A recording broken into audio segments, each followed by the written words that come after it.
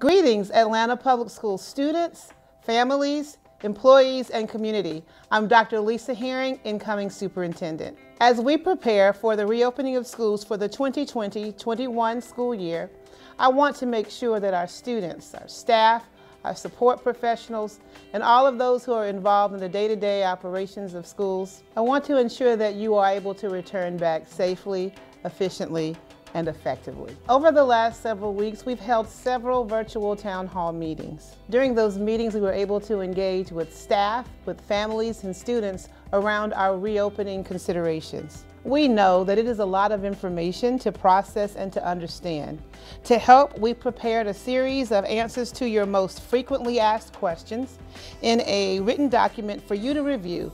And we prepared this video with the summary of important answers to questions we heard across all stakeholder groups from our recent town halls. Our highest priority in returning to school is to ensure that we provide quality teaching and learning in the safest environment possible. Thank you for your continued support for Atlanta Public Schools through these most challenging times.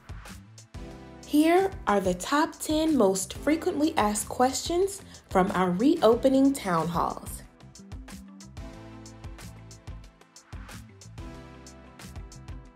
School transportation is critical for our families. That's why APS intends to provide transportation for students to the safest extent possible.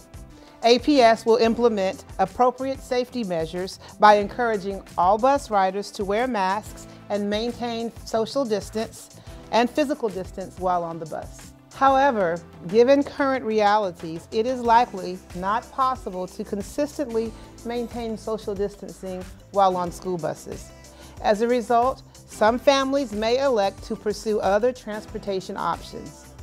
APS encourages them to make transportation decisions that they believe are best for their children.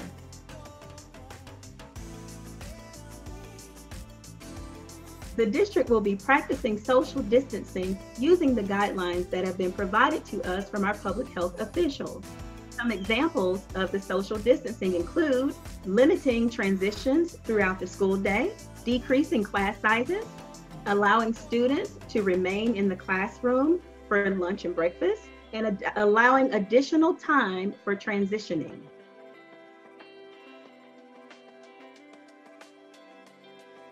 In the hybrid model, or the AB model, we are looking at several options for how the students would be split.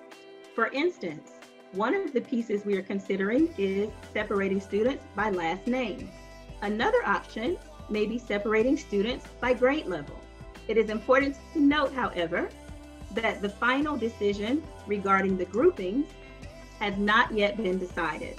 We will work, however, very closely with parents and schools to ensure that we make the process as seamless as possible.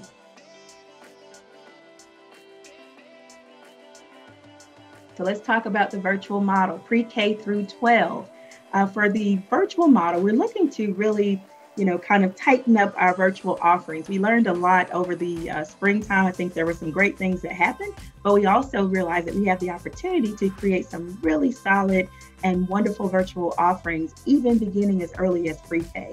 So I'm very excited to share that our plans for the virtual model include both an individualized remote learning opportunity for students in pre-K through 5.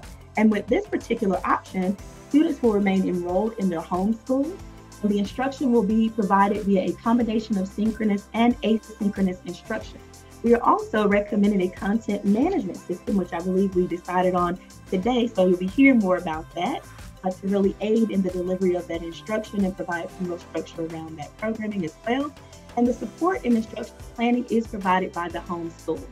So this opportunity is really important. I wanted to just state on the front end, I don't know if I said this, but the virtual model, regardless of the opening that we decide on overall, the virtual model is something that will remain. We recognize that there are students whose health conditions may limit their ability to return in a face-to-face format, or for some parents, it's very important to them that their students remain virtual until they're at a level of comfortability with sending them back in a face-to-face format. So the virtual models will remain, but we are really strengthening our virtual offerings. So very excited about that.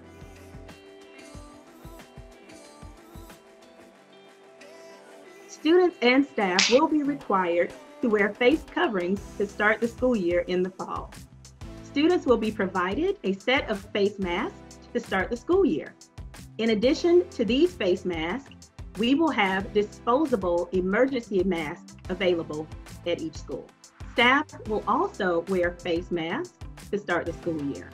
This will include teachers and all adults interfacing with students.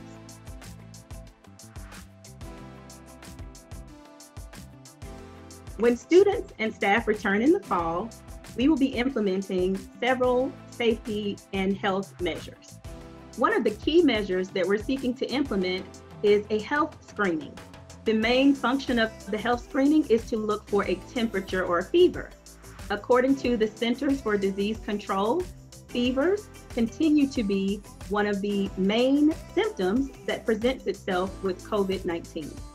In addition to checking for fevers at school, we will be encouraging parents to screen students at home prior to sending them to school. Parents will be asked to keep their students home if they are presenting coughs or shortness of breath. Shortness of breath, fever, and cough are three of the most common symptoms of COVID. Therefore, we are using this as our primary screening tool for the district. In addition to students, this will also apply for our teaching staff as well. Staff will be administered a temperature check upon arrival to work each day. Staff will also be required to self-screen for coughing as well as shortness of breath prior to reporting to work. In the event that either of the symptoms present themselves for students or staff, we will encourage them to remain home and take care of their well-being.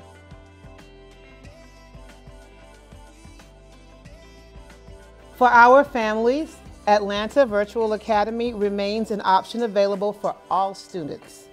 In the wake of COVID-19, we expect many more to use this option, no matter the reopening model we choose. Atlanta Virtual Academy is our comprehensive pre-K through 12 virtual program designed to provide students with an engaging model of instruction. That includes virtual instruction, interactive lessons, and participation in a thriving community. Students have the ability to remain enrolled in their zoned neighborhood school and still engage with school sports. Because of the pandemic, AVA, Atlanta Virtual Academy, will now offer a virtual option for pre-K through 5 students.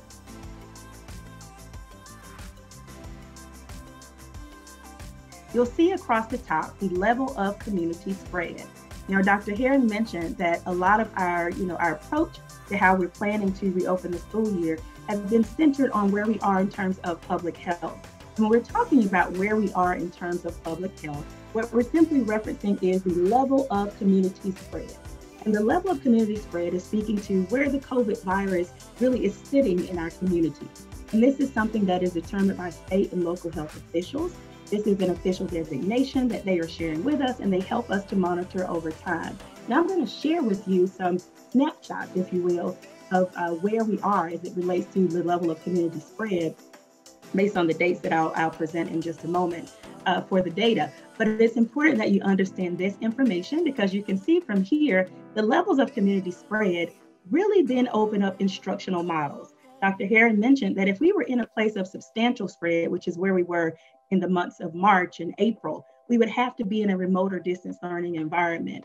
But as we begin to move towards minimal and moderate spread, it opens up additional instructional opportunities. And that is where you see traditional hybrid or the possibility of some form of full distance remote learning remaining.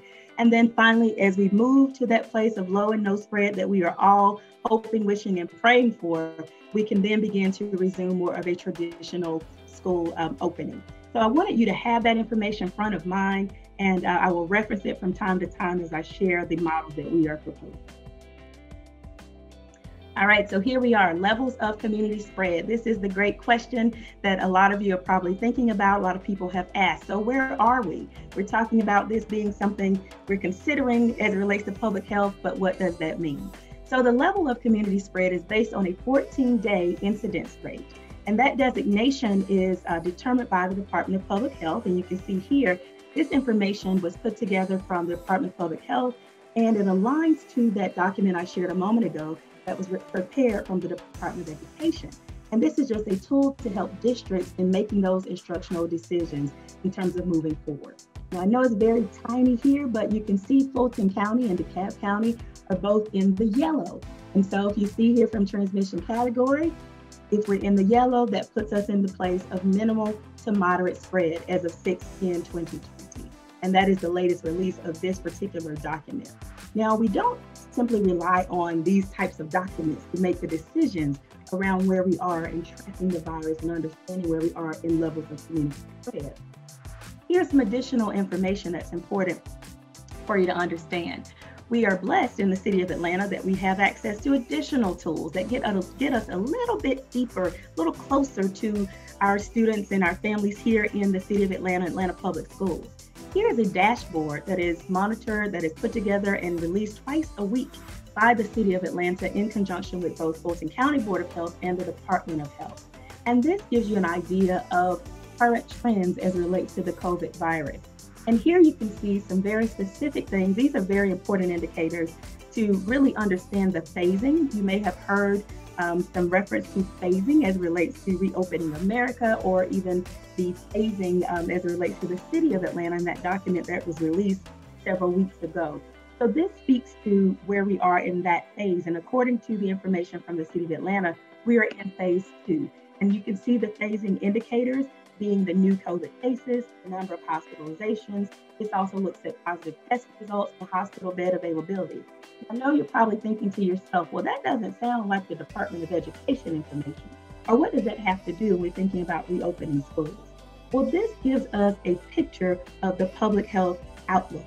And that is very important as we think about planning for reopening for schools, because we know that our children are greatly impacted with what happens in the greater community. Our children are impacted just as much by what's happening with their families and their parents, and what's happening all around them really something we have to consider as we talk about bringing them back together and reopening schools overall. So all of these indicators, all of these data points are critically important as we think about the reopening of schools and as we continue our planning process.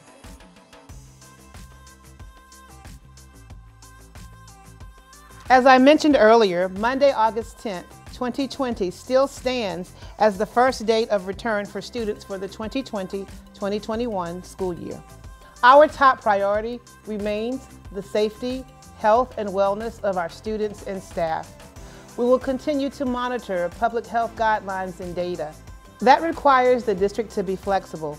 As the public health data changes, that can impact the scenario from one situation to the next, depending on the spread of COVID-19 at any given time. This includes the start of the school year and any time during the rest of the year. So yes, we will consider pushing the first day of school to a later date if health and safety guidelines and concerns change and require that.